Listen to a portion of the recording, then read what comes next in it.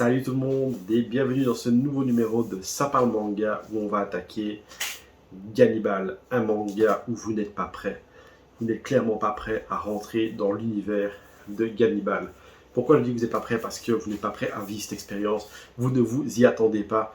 Même moi, quand j'ai commencé ça, je ne m'y attendais pas. Je n'étais pas prêt de rentrer là-dedans. Je ne savais pas ce que j'allais vivre. Je ne savais pas que j'allais kiffer à ce point-là. Je ne savais pas que j'allais avoir des angoisses à ce point-là et de vouloir continuer à être angoissé. C'est ça qui est magique, c'est ça qui est bon. Et donc on va commencer par voir de quoi ça parle, qu'est-ce que ça raconte, chez qui c'est fait. On voit tout ça ensemble directement. On enchaîne sans transition. Donc Gannibal, c'est un manga qui est fait par Ninomiya Masaki. C'est publié chez Mehan chez nous en Europe. On est déjà à 4 tomes. Le tome 5 arrive le 28 avril, si tout va bien, chez nous en Europe, France, Belgique, Luxembourg et Suisse. Ensuite, donc c'est un thriller horrifique et psychologique. J'insiste bien sur le côté psychologique parce que c'est pas un manga genre des tubes ou quoi, ou bien gore, bien dégueulasse, etc. Où on envoie de la sauce, où le but c'est de faire flipper, entre guillemets, en montrant de l'hémoglobine. Ici, pas du tout. Ça va vraiment jouer sur le psychologique, sur la tension ambiante, c'est vraiment ça qui joue là-dessus. Donc ensuite, donc c'est fait, donc j'ai dit par qui c'était publié, Ninomiya Masaki, et c'est prépublié dans le manga Goraku, Weekly Manga Goraku pour être précis, et ensuite l'éditeur c'est Nihon Bugeisha. Voilà pour toutes les infos techniques. Ensuite, on va rentrer dans le détail, on va rentrer dans l'univers de Gannibal, tous ensemble, et je vous en parle plus en détail. Nous allons donc partir tous ensemble pour le village de Kuge. C'est un village reculé du Japon, donc un village montagnard, vraiment voilà le truc typique de tout ce qui se passe dans les très grands pays. Donc dans la montagne, il y a des petits villages qui sont relativement isolés, qui n'ont pas les mêmes coutumes que la ville, qui gardent des coutumes des fois anciennes, très anciennes. Et c'est un peu ce qui se passe dans ce village-là, dans le village de Kuge, où notre héros principal, Daigo Agawa, sa femme et sa fille, qui ne parlent pas. On apprendra pourquoi est-ce qu'elles ne parlent pas dans le manga, mais je ne vais pas vous spoiler ça. Donc ils emménagent tous les trois ensemble dans leur nouvelle maison, car Daigo est policier et il était affecté à la ville de Kuge, parce que leur prédécesseur a disparu. Et ensuite, pourquoi il a disparu, ça vous devrez le lire pour le découvrir. Tout ce qu'on sait, c'est que sur la fin, il était devenu complètement dingue, il lâchait des rumeurs sur les villageois, il avait un peu des problèmes avec eux, et du jour au lendemain, il a disparu. Qu'est-ce qui lui est arrivé? Nous n'en savons rien.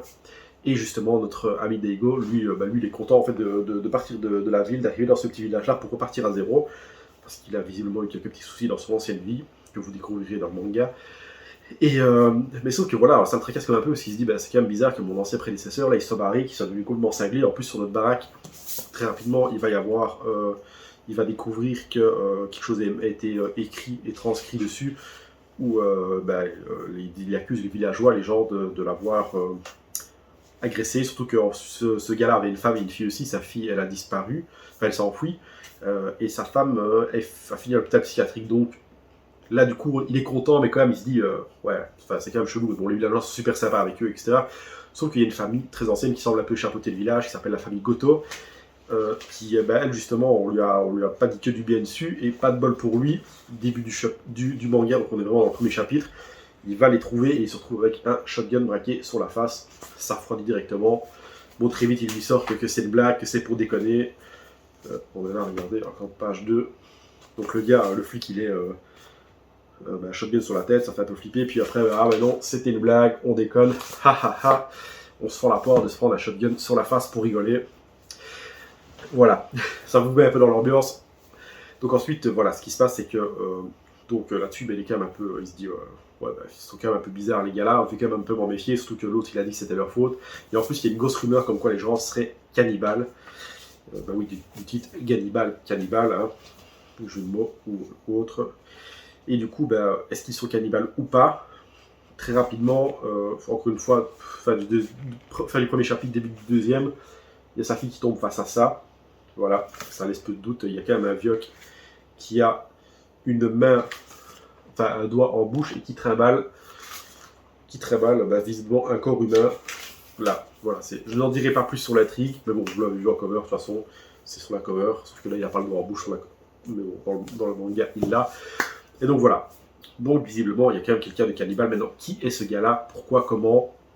Il faudra le découvrir dans le manga en le lisant. Et c'est ça qui fait toute la force de ce manga, c'est que le mangaka va nous distiller des infos. Vraiment, on va passer de plus ou moins de moments de normalité.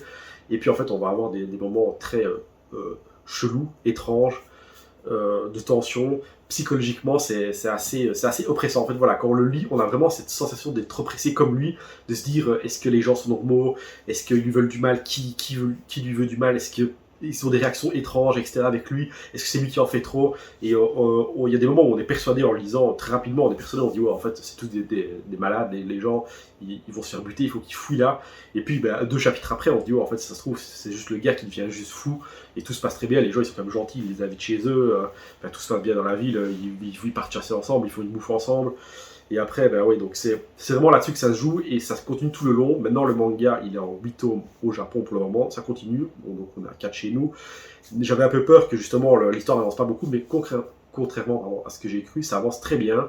L'histoire continue à avancer, on en apprend de plus en plus, tout en gardant ce côté oppressant. Maintenant, il y a un moment, je suis certain qu'il y aura le point de non-retour où forcément il faut bien pour que l'histoire avance encore plus, mais on ne se sent pas piégé, donc il y a vraiment une date butoir, je ne dirai pas plus, c'est un festival qui doit avoir lieu, et ce point-là, ce sera sûrement un élément déterminant du point de non-retour, où on basculera totalement où on saura vraiment la finalité, entre guillemets, de ce qui est ou ce qui n'est pas. Mais on y avance quand même, parce qu'on est déjà au tome 4, et je crois que dans le tome 5, on sera à ce fameux festival, donc voilà, on n'est pas non plus dans un truc qui tire en longueur, qui devient chiant, etc. On est vraiment happé dans le truc, il y a du suspense, c'est bien ficelé, il y a des révélations, il y a des retournements de situation, c'est vraiment très très prenant.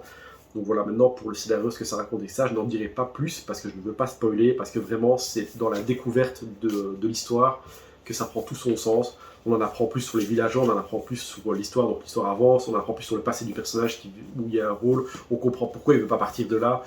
Il y a vraiment toute une compréhension qui se fait petit à petit et qui est vraiment très très intéressante, très importante. Donc voilà, je vous ai parlé de tout ça. Maintenant, je vais vous donner mon avis, encore une fois sans spoiler.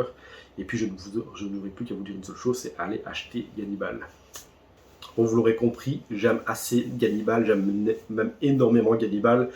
Donc pour parler de mon avis perso, donc Gannibal c'est sorti chez Mehan, je l'ai acheté dès que le tome 1 est sorti. J'avais vu la cover, j'avais trouvé ça un peu, je me suis dit ouais ok, Gannibal, pourquoi pas. Donc j'ai commencé à le feuilleter à la librairie, j'ai lu un peu, et en fait j'ai été hyper pris dans le récit, donc je me suis dit je vais l'acheter, et j'ai kiffé, je l'ai bouffé en quelques minutes, on va dire d'affilée, je me suis fait le tome d'un coup, et j'ai été mais totalement absorbé par l'histoire. Et comme je l'ai dit précédemment, j'étais vraiment... je sentais une sorte d'oppression en lisant, mais j'avais envie de savoir, je tournais page après page et je voulais la suite.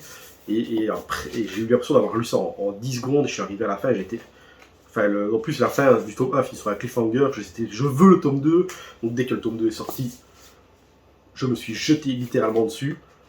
Je l'ai dévoré aussi, puis j'ai dévoré le tome 3, j'ai dévoré le tome 4, et maintenant j'attends comme un dingue le tome 5. C'est vraiment une série hyper prenante. Si vous aimez bien des séries un peu psychologiques, de suspense, une intrigue, un peu thriller, etc., franchement, foncez sur ce manga. C'est vraiment un kiff total. On est totalement pris dans l'histoire, Voilà, si je pourrais résumer, le mangaka, il vous prend la main, il vous balade, et voilà, et vous avez que à kiffer l'histoire. C'est comme voir un film en mieux, en fait. Vraiment en mieux. C'est vraiment... pour comparer, c'est pas vraiment comme du Rusawa, mais on est dans le même délire. Parce que Rusawa aussi, il vous prend la main, il vous balade dans son récit, il vous retourne la tête, etc. Et là, c'est vraiment la même chose que je ressens en lisant Gannibal. En plus, c'est hyper bien écrit. On n'est pas dans le gore pour du gore. C'est pas simplement avoir du sang ou des gars qui bouffent des gens, etc. On n'est pas dans un truc de zombie non plus. On est vraiment sur un truc très bien écrit, très réaliste. En plus, c'est vraiment ça qui joue. C'est hyper réaliste, avec des possibilités qui jouent sur la culture, sur les anciennes traditions, etc. Donc voilà, pour moi, c'est un gros oui. Ce manga, je l'ai dans ma mangatech, j'attends chaque sortie. Ça, c'est pour moi, Kingdom, maintenant, Kingdom, c'est plus un shonen encore, même si je pense qu'il est plus caractérisé shonen seinen, mais ça, on est dans du seinen, et pour moi, c'est le seinen que Mehan a sorti. C'est la plus grosse dinguerie qu'ils ont, et chaque sortie, chaque tome, c'est du pur bonheur. Et je le conseille à plein de monde, et pour le moment, j'ai pas encore eu de déçu. Donc voilà, franchement, lisez Gannibal et kiffez. C'est tout ce que j'ai à dire. J'espère que ça vous aura donné envie de lire. Ou si ça ne vous donne pas envie, dites-le moi aussi. Mais n'hésitez pas, ceux qui l'ont lu ou ceux qui vont le lire, à revenir vers moi, à me dire, à me donner votre avis. Ça, je suis curieux de voir ce que vous en avez pensé, parce que franchement, c'est un manga qui vaut le coup d'être lu. Donc voilà, j'attends vos retours en commentaire, n'hésitez pas. Un grand merci à tous d'avoir regardé cette vidéo et on se retrouve tous très bientôt pour d'autres vidéos, dimanche d'ailleurs pour les sorties de la semaine. Merci à tous et à bientôt.